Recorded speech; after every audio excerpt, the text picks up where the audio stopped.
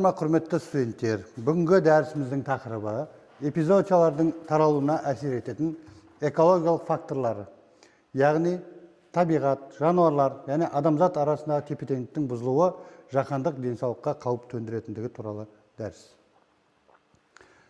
Эпизоотиялардың жаһандық мәні.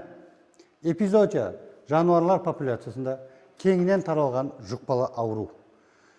Дүниежүзілік денсаулық сақтау ұйымы деректері бойынша жаңа пайда болған аурулардың 75%-ы жануарлардан адамға беріледі. Яғни жаһандық қауіп жыл сайын миллиондаған жануар эпизоотиядан зардап шегеді. Экономикалық шығынға тоқталатын болсақ, мал шаруашылығына жыл сайын миллиардтаған доллар зиян. Ғылыми маңызды экологиялық факторларды зерттеу алдын алудың кілті болып табылады. Климаттың өзгеруі және аурулардың таралуына глобалды жылыну, ауру тасымалдаушының кенелердің, шыбындардың және масалардың ареалын кеңейтеді. Температураның жоғарылауы патогендердің көбею жылдамдығын арттырады. Температураның өсуі 1 градус Цельсий жылыну кенелер ареалын 200 км солтүстікке ығыстырады. Жауын-шашынның өзгерісі тасқын мен құрғақшылық ауру қоздырғышын таратушы бірден-бір көзі болып табылады. Био әртүрлілік және экожүйелердің бұзылуы. Бұған экожүйе тепе-теңдігі неге маңызды? Био әртүрліктің азаюы табиғи сүзгі механизмін әсер етеді. Жыртқыштар мен бәсекелестер жоғалғанда ауру тасымалдаушы кеміргіштер және жәндіктер саны шексіз өседі. Зерттеулер орман аумағының 10%-ның қысқаруы лайм ауруының таралуын 3 есе арттырады. Адам әрекетінің эпизоотияға әсері, урбанизация, қалалардың кеңеюі жабайы жануарларды адамдарға жақындатады. Жаңа жанасу нүктелері, яғни жаңа инфекция жолдары болып табылады. Ауыл шаруашылығы, монокультуралар мен ірі фермалар жануарлардың тығыздығын арттырып, аурудың жылдам таралуына жағдай жасайтыны белгілі. Орман кесу, ағаштарды кесу, орманның жойылуы жабайы резервуар иелерін үй жануарларына жақындатады. Вирустар жаңа иелерге оңай ауысады. Су және топырақтың ластануының ықпалы, өнеркәсіптік қалдықтар, пестицидтер және ауыл шаруашылық химикаттары су мен топырақты ластайтыны белгілі. Ластанған ортада патогендер ұзақ сақталады және жануарлардың иммунитетін әлсір етеді. Ауыр металдар қорғасын, сынап иммундық жүйені басады. Нитраттар мен пестицидтер су көздерін улайды, бактериялардың өсуін ынталандырады. Жабайы табиғат пен үй жануарлар арасындағы ауру берілуі.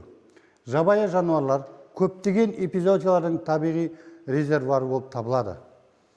Адам әрекеті олардың ареалдарын қиыстырып, инфекциялардың тасымалдауын жеделдетеді.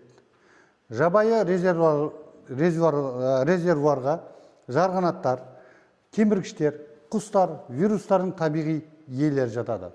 Аралық иелеріне үй жануарлары жабайы табиғат пен адам арасындағы көпір болып табылады. Адамға қауіп төнетін қауіп зооноздық аурулар, яғни адамзат денсаулығына тікелей қатер төндіреді. Алдын алу шаралар және күресу стратегияларына тоқталатын болсақ, мониторинг, яғни жануарлар мен малдардың тұрақты түрде бақылануы, вакцинацияға тоқталсақ, жаппай иммундеу бағдарламаларын жүзеге асыру, тіршілік ортасын қорғау, био әртүрлілік және буферлерді сақтау, жедел әрекет ету, шабуылдарды тез оқшаулау протоколдары. Эпизоотиялармен тиімді күресу үшін мониторинг, вакцинация, экожүйені қорғау және жедел әрекет етуді біріктіру қажет. Халықаралық ынтымақтастық сәттіліктің негізі. Болашаққа жасалатын болжамдар және тұрақты даму. Қауіп қатерлер, климат өзгерісі, ауру ареалдарын кеңейтеді.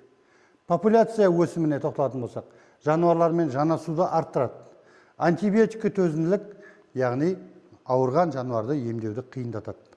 Мүмкіндіктерге тоқталсақ, цифрлық мониторинг жүйелері, экологиялық қалпына келтіру бағдарламалары, бір денсаулық тәсілі.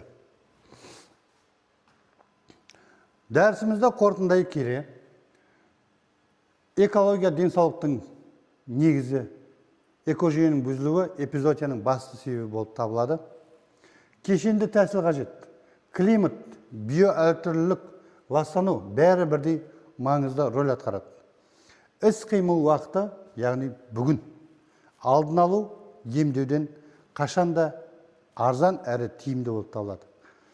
Бір денсаулық, адам және жануар және эко денсаулығы бір бүтін, болашақта бірге қорғауға шақырамыз. Құрметті студенттер, осымен біздің дәрісіміз аяқталды. Тыңдағандарыңызға рахмет.